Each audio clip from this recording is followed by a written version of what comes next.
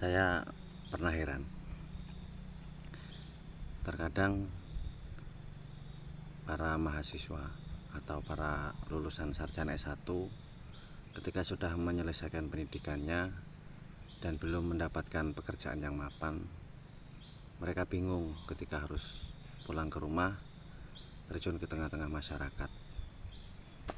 Gengsi dan malu itu lumrah dan yang biasa, karena mereka merasa ketika mereka sudah menempuh jenjang pendidikan tinggi tentu harus mendapatkan pekerjaan yang mapan, pekerjaan yang sesuai dengan harapan dan keinginan. Tetapi terkadang nasib berkata beda dan berkata lain. Maka untuk menanggulangi hal yang seperti itu, kita harus kembali kepada hati kita masing-masing. Jadi untuk apa gengsi dan malu itu kita pelihara? Karena tidak ada faedah dan manfaatnya.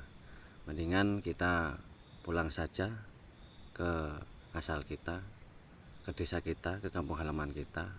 Kita kerjakan saja apa yang ada di potensi yang ada di lingkungan kita.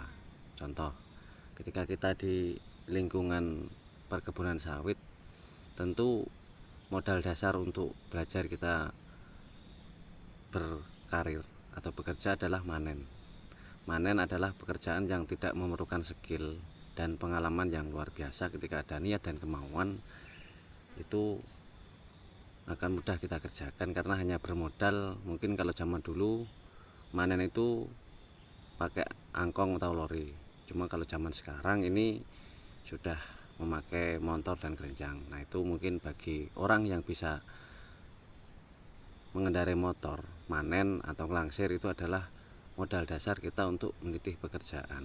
Nah, mungkin nanti meningkat selanjutnya bisa nanti ngegrek atau ndodos, kemudian muat sawit, kemudian nimbang. Nah, itu pilihan-pilihan awal kita meniti karir bagi para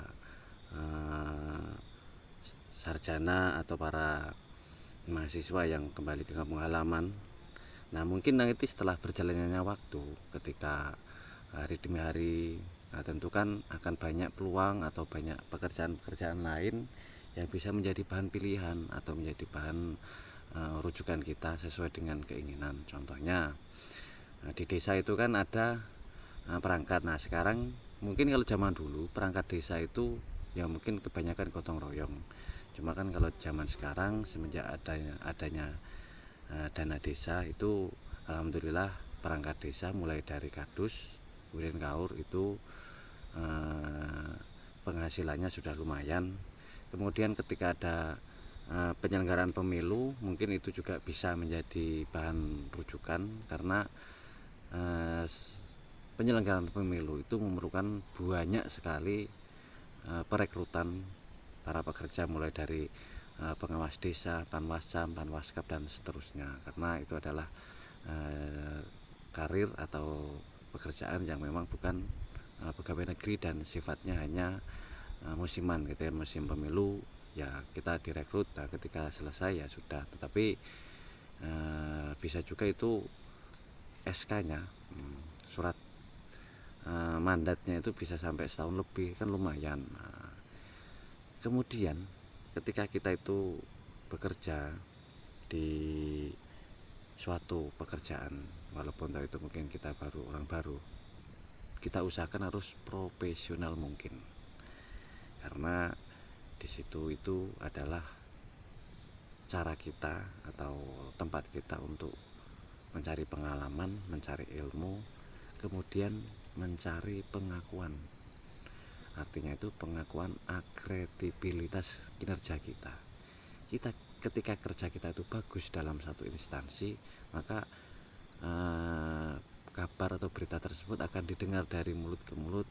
Akhirnya ketika di sana ada peluang, nah kita bisa direkom atau kita bisa ditunjuk, diberitahu oleh teman kita di sana. Nah, teman kita pun dalam memilih atau menunjuk teman itu nggak sembarangan. Tentu ketika dia mendengar ada peluang, nah dipandang teman yang itu kok sepertinya bisa, kemudian amanah, cocok, nah kita akan diberitahu.